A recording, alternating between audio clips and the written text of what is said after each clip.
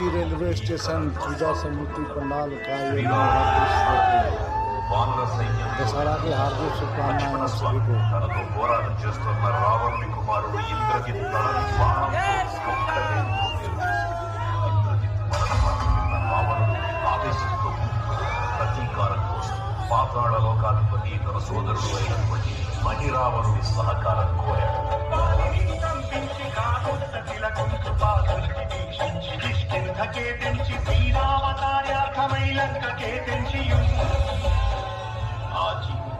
మకర ధ్వజుడు అని తన పుత్రుడు మహాసముద్రాన్ని దాటుకుందని నీటిలో పడ్డన స్వేదవి ఒక మొసలి గ్రహించడం వల్ల జన్మించాడని తెలుసుకుని ఆశ్చర్యపోతాడు